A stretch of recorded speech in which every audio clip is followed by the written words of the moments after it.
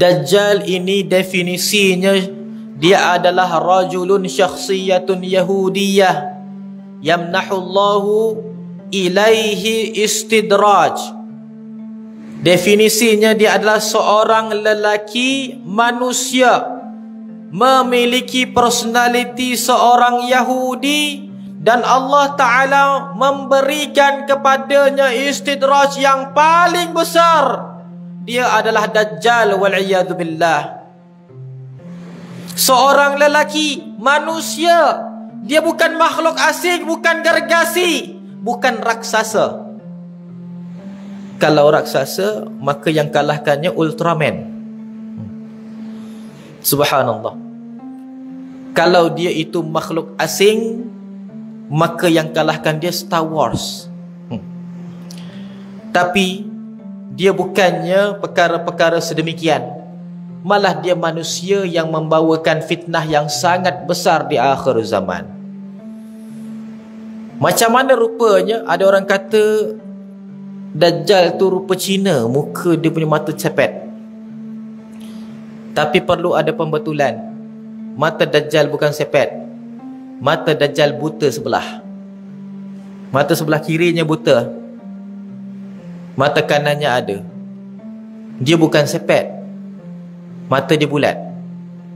Dan dia bukan berbangsa Cina.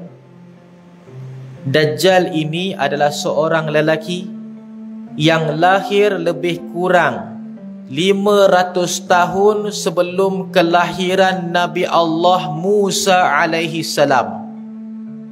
Lahir lebih kurang 500 tahun sebelum kelahiran Nabi Allah Musa alaihi salam.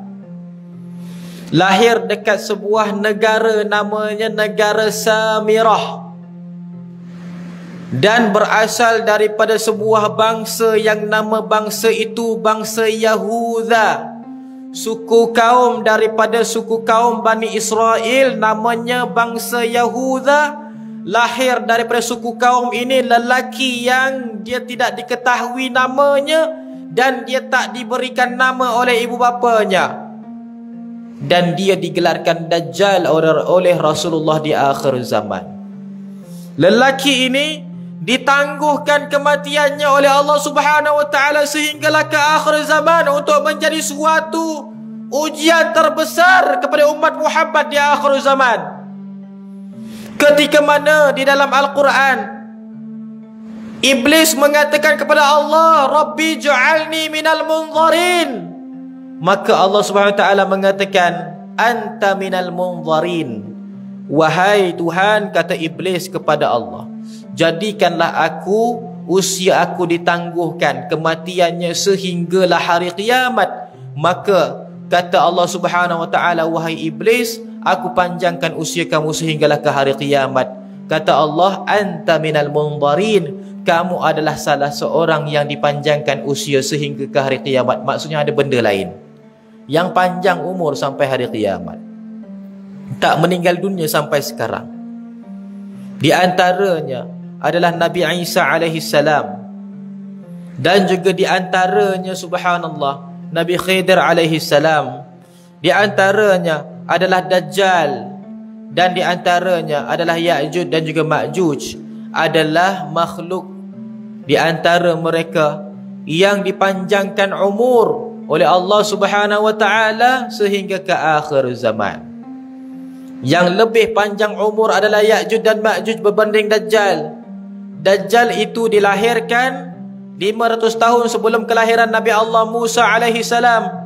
Jarak di antara Nabi Musa alaihi salam dengan Nabi Ibrahim alaihi salam adalah jarak 2000 tahun lebih kurang. Dan Ya'juj dan Ma'juj itu, dia itu dilahirkan ataupun dia muncul pada suatu zaman yang zaman tersebut bertepatan dengan zaman Nabi Ibrahim alaihi salam. Yang zaman tersebut adalah zaman pentadbiran seorang lelaki namanya Dzulqarnain. Dzulqarnain hidup pada zaman yang bertepatan dengan zaman Nabi Ibrahim alaihi salam.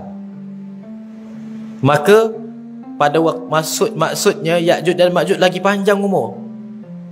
Kalau Dajjal umurnya lebih kurang dalam 4,000 tahun sekarang, Ya'juj dan Ma'juj umurnya 6,000 tahun sekarang.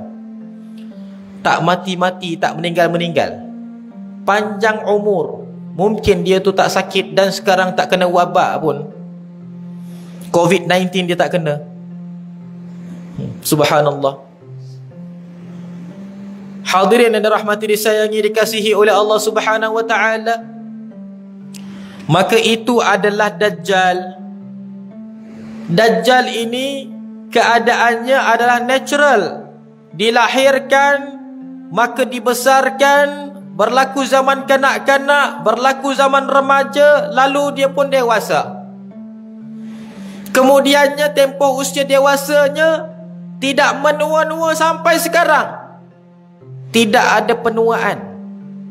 Subhanallah. Tanda-tanda penuaan tu tak wujud. Rambutnya mungkin hitam je, tak putih-putih. Mungkin dia punya kulitnya flawless je, tak kedut-kedut. Betul tak?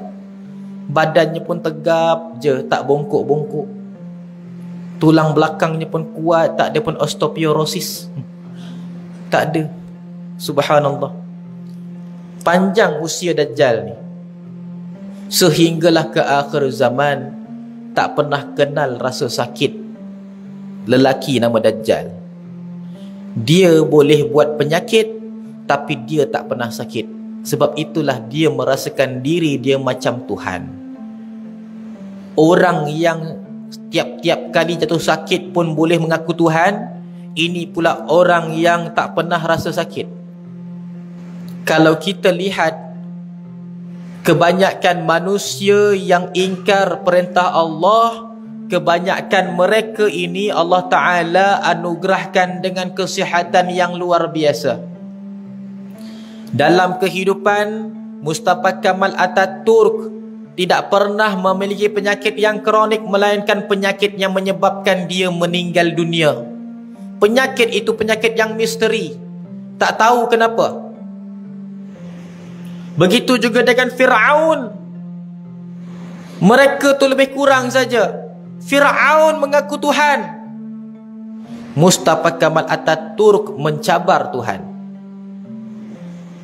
Tahu tak kita, waktu dia tengah menyiapkan bala tentera, dia bagi arahan. Katanya semua tentera duduk, tentera pun duduk. Semua tentera berdiri, tentera pun berdiri. Dia pun ketawa. Katanya, sekarang siapa yang kamu nampak lebih kuat? Allah ke aku? Itu kata-kata Mustafa Kamal Ataturk. Rasa-rasa di Islam ke bukan? Wallahu a'lam. Namanya masih Islam. Mudahan dia kalau diampunkan dosa oleh Allah, rasanya kafarahnya itu sangat berat. Kalau dia diampunkanlah dosanya oleh Allah, kafarahnya mungkin sangat berat. Begitu juga dengan Fir'aun mengaku Tuhan. Fir'aun yang mengaku Tuhan itu dalam riwayat mengatakan bahawasanya dia tak pernah rasakan sakit walaupun satu dekah batuk. Kita ni kalau batuk tak pernah satu dekah, mesti 2-3 sekali.